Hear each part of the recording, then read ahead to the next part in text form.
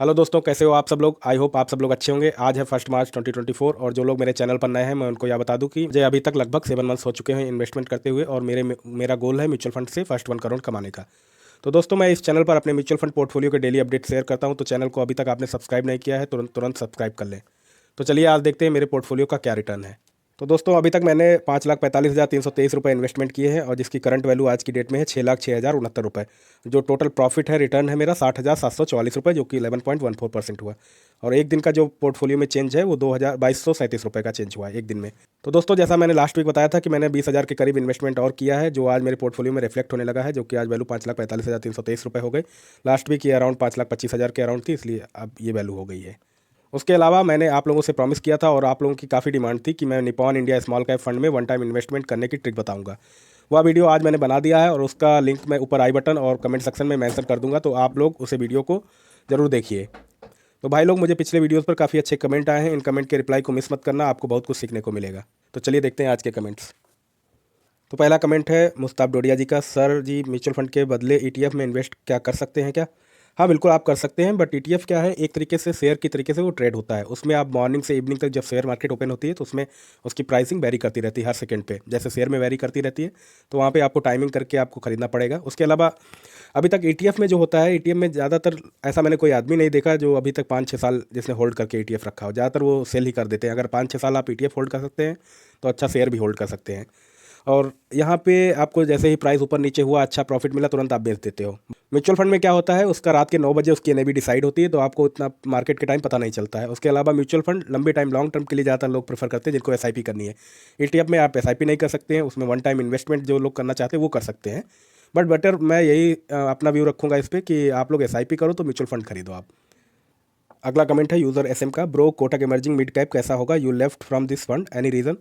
तो भाई user SM, इसमें मैंने इसलिए लेफ्ट ये कर दिया क्योंकि मेरे पास ऑलरेडी 6 फंड थे, तो इतने ज़्यादा फंड मैं कैरी ऑन नहीं करना चाहता था। मैं सिर्फ 5 फंड लेना चाहता था, इसीलिए मैंने इसको छोड़ दिया। मुझे कॉन्ट ज़्यादा अच्छा लग रहा था, तो उधर मैंने एसआईपी अपनी बढ़ा दी है। इसका जो पैसा लगाते थे इसमें, वो इसमें बढ़ा दिया। और मैंने रिसेंटली स्टार्ट किया था, तो इसमें 11-12 हज़ार रुपये लगभग इन्वेस्ट किया था, तो मैं 1 साल के बाद उसको निकाल लूँगा। इसलिए मैंने कोटक इमर्जिंग को हटा दिया। अदरवाइज ये फंड अच्छा है, आप कर सकते हैं इसमें।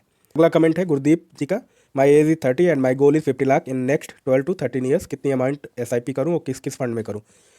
तो गुरदीप जी, इसमें मैं आपको ये बताना चाहूँगा कि आप लगभग 12,000 की एसआईपी करो मंथली, और एज्यूम मैं कर रहा हूँ 13% आपको इंटरेस्ट मिलेगा पर ईयर। तो लगभग ये 13 साल में आपका 49 लाख 49 लाख 50 के अराउंड बन जाएगा। जैसा कि मैं देख सकता हूँ, आप 12-13 साल के लिए इन्वेस्टमेंट करना चाहते हैं तो आप तीनों कैप में ले सकते हैं। लार्ज कैप में भी थोड़ा इन्वेस्ट कर दीजिए, अच्छी की कंपनी के फंड ले लीजिए। इसमें इंडेक्स फंड में भी कर सकते हैं उसमें। अदरवाइज़ मिड कैप में अपने पास काफ़ी अच्छी कंपनियां, कोटक, निपॉन, एचडीएफसी, सभी ये लार्ज कैप में भी हैं। तो इन्हीं किसी कंपनी का आप लेके इनकी कंपनीज देख लीजिए कौन कौन सी हैं, इन्हीं में से कोई ले लीजिए। स्मॉल कैप में तो जैसा कि मैं इन्वेस्ट कर रहा हूँ क्वांट में, निपॉन में, इन सब में आप किसी में ले लीजिए, या तो आप एक कोई फ्लैक्सी फंड ले लीजिए। तीनों में 3 जगह आप इन्वेस्टमेंट करो तो आपका एवरेज लगभग 12 से 13% आ जाएगा। तो आपका 12-13 साल में ये 50 लाख रुपये बन जाएंगे इस पर। अगला कमेंट है STOIC बांदा। सर, मैंने यूटीआई निफ्टी 50 में 5,000 इन्वेस्ट किया है, सही रहेगा ना? हाँ, निफ्टी जो इंडेक्स फंड होते हैं वो आप कहीं भी कर सकते हैं। यूटीआई निफ्टी 50 लगभग ये निफ्टी 50 की 50 कंपनियों में इन्वेस्ट करता है, तो आप कर सकते हैं इसमें। ना ज़्यादा रिस्क है, ना ज़्यादा मतलब बैलेंस रिटर्न मिलता है इसमें। अगला कमेंट है ध्यानेश्वर कांगुले जी का। सर, मेरे पोर्टफोलियो में ये म्यूचुअल फंड लेना चाहता हूँ, इन्होंने कुछ फंड्स लिख रखे हैं। तो ध्यानेश्वर जी, थैंक्स फॉर कमेंट। और मैं पोर्टफोलियो वीकेंड में रिव्यू करता, तो जहाँ तक आपका ये संडे को वीडियो आएगा उसमें आपका पोर्टफोलियो भी मैं इंक्लूड करूँगा, आपका रिव्यू करूँगा उधर। तो अगला कमेंट है जनक सिंह जी का। सर, मेरा पोर्टफोलियो देखे तो लास्ट 3 मंथ इन्होंने कुछ म्यूचुअल फंड लिख रखे हैं और ये म्यूचुअल फंड पोर्टफोलियो रिव्यू कराना चाहते हैं। तो जनक जी, मैं ये बता देना चाहता हूँ कि मैं संडे को इसका वीडियो बनाऊंगा, वहाँ पे आपका ये पोर्टफोलियो इंक्लूड कर लूँगा रिव्यू करने के लिए, तो आप संडे वाला वीडियो देखिए। अगला कमेंट है जनक जी का, आप ही का। सर, इस टाइम पर स्मॉल कैप में एसआईपी कर सकते हैं और किस फंड में करें? बिल्कुल आप कर सकते हैं एसआईपी। इस टाइम तो एसआईपी करने लायक वो है, माहौल है। तो अगर आप लमसम इन्वेस्टमेंट करना चाहते हैं इस टाइम, तो वो थोड़ा रिस्की रहेगा क्योंकि मार्केट ऑल टाइम हाई है। तो एसआईपी में अगर करेंगे, अगर मार्केट इस टाइम ऑल टाइम हाई है, आगे चल के अगर मार्केट डाउन भी जाती है तो आप एवरेज हो जाएगा, जो आपका एनएबी होगा, इन्वेस्टमेंट होगा प्राइस, वो एवरेज हो जाएगा, तो आपको अच्छा खासा रिटर्न मिल सकता है। और किस फंड में करें, तो इसके लिए काफ़ी कंपनियां हैं, जैसे निपॉन है, क्वांट है, एचडीएफसी है, पराग पारिक है, काफ़ी कंपनियां हैं। आप किसी में भी कर दो, सब अच्छे हैं। मैं क्वांट में करता हूँ, निपॉन में करता हूँ, तो आप इनको भी देख सकते हैं। अगला कमेंट है दिल्ली का दिल। एसबीआई स्मॉल कैप कैसा रहेगा? सर, अच्छा फंड है, एसबीआई कंपनी भी काफ़ी अच्छी है, रेपुटेटेड कंपनी है, आप इसमें कर सकते हो स्मॉल कैप। एसआईपी करें तो ज़्यादा बेटर रहेगा। अगला कमेंट है नवीद ब्लॉग जी का। हार्ट साइन इन भेजा है, heart for your brother. So thank you Navid ji, thank you for your comment. अगला कमेंट है ए के सोम जी का, मैं ओनली इंडेक्स फंड में इन्वेस्ट किया निफ्टी 50 में, सही है ना? 150 मिड कैप, 250 स्मॉल कैप। हाँ ये सही है इंडेक्स फंड, बट इसमें आपने अगर लॉन्ग टर्म के लिए किया है तो अच्छा है, अदरवाइज़ ये थोड़ा रिस्की पोर्टफोलियो रहेगा, मतलब ज़्यादा रिस्की भी नहीं है, ठीक है, बट लॉन्ग टर्म के लिए होना चाहिए। अगला कमेंट है क्रिकेटर के sir HDFC Sensex plan fund कैसा है? अच्छा है, फंड अच्छा है, ये सेंसेक्स को फॉलो करता है। अगर आपको सेंसेक्स की नॉलेज है, आप जानते हैं सेंसेक्स में अच्छा रिटर्न मिल सकता है, तो आप इन्वेस्टमेंट कर सकते हैं। अदरवाइज़ मैं सजेस्ट करूँगा आप अपने रिस्क के अकॉर्डिंग इन्वेस्ट करो, large cap, mid cap, small cap. अगर आपको कम रिस्क लेना है तो आप लार्ज कैप में इन्वेस्टमेंट करो। अगला कमेंट है मनी मैनेजमेंट हिंदी, आपका ब्रदर कौन सा म्यूचुअल फंड की, आपका ब्रोकर कौन सा है म्यूचुअल फंड के लिए? तो भाई मेरा ब्रोकर है ग्रो ऐप में भी मैंने अकाउंट ओपन कर रखा है, और जीरोधा कॉइन में भी मैंने अकाउंट ओपन कर रखा है। तो मुझे ग्रो ऐप इसके लिए अपना इन्वेस्टमेंट शो करने के लिए ग्रो ऐप काफ़ी अच्छा लगता है, तो मैं दोनों ऐप से इन्वेस्टमेंट करता हूँ। आप कहीं से भी कर सकते हैं, मैं अपना लिंक भी कमेंट सेक्शन में दे दूंगा, वहाँ पे आप अगर मेरे लिंक के थ्रू आप ओपन करोगे अकाउंट तो आपको भी कुछ पॉइंट्स मिलेंगे और मुझे भी कुछ पॉइंट्स मिलेंगे, तो उसके थ्रू आप ओपन कर सकते हो अकाउंट, रेफरल लिंक के थ्रू। अगला कमेंट है मुकेश कुमार जी का, नाइस। तो Mukesh Kumar ji, thank you for your comment, thank you for your support also.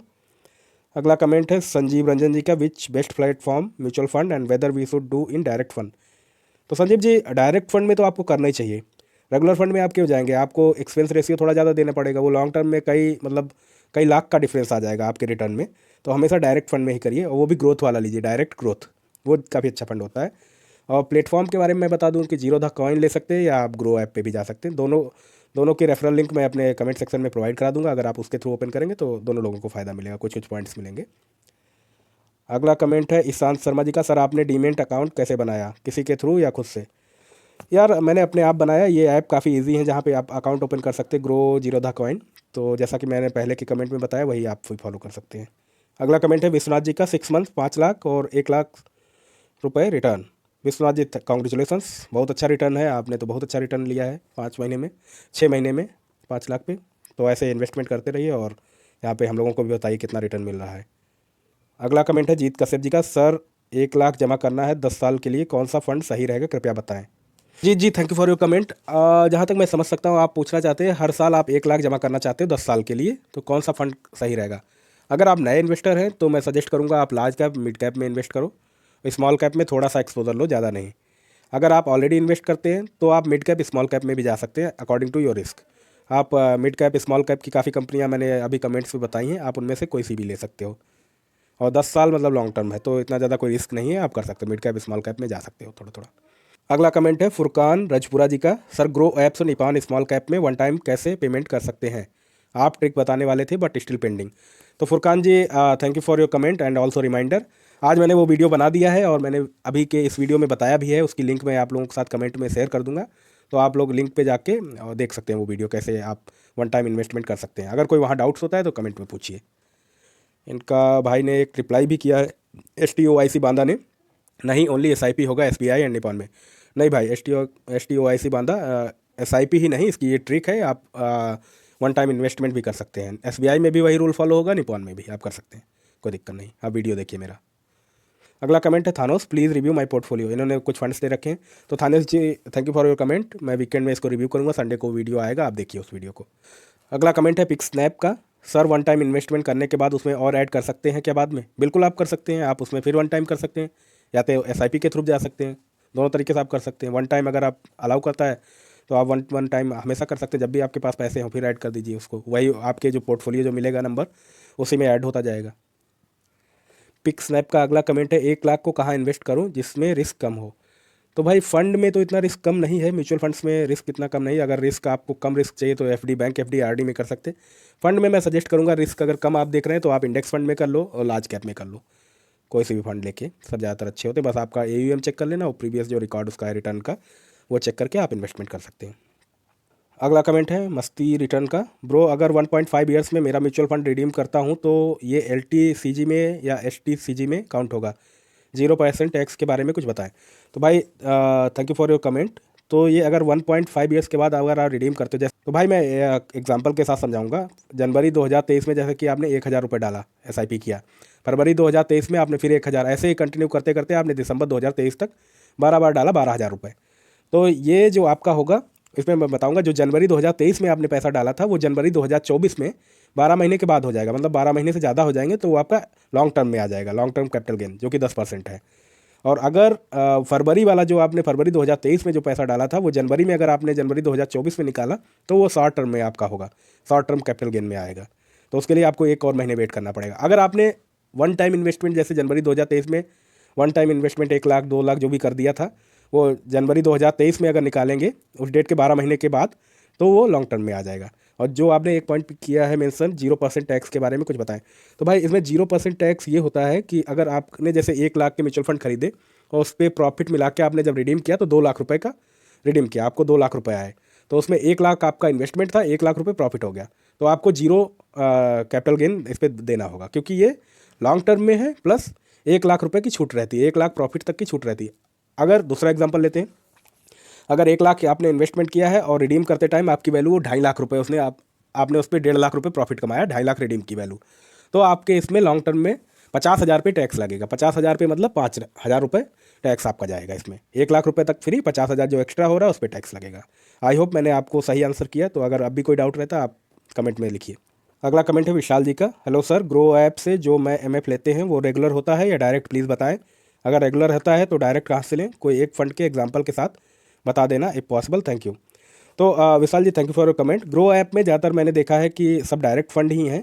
आप मेरा एग्जांपल, मेरे पोर्टफोलियो का एग्जांपल ले सकते हैं। मैंने यहाँ पे आज एग्जांपल में जो निपॉन के लिए बनाया है, निपॉन स्मॉल कैप फंड के लिए, वो डायरेक्ट फंड है।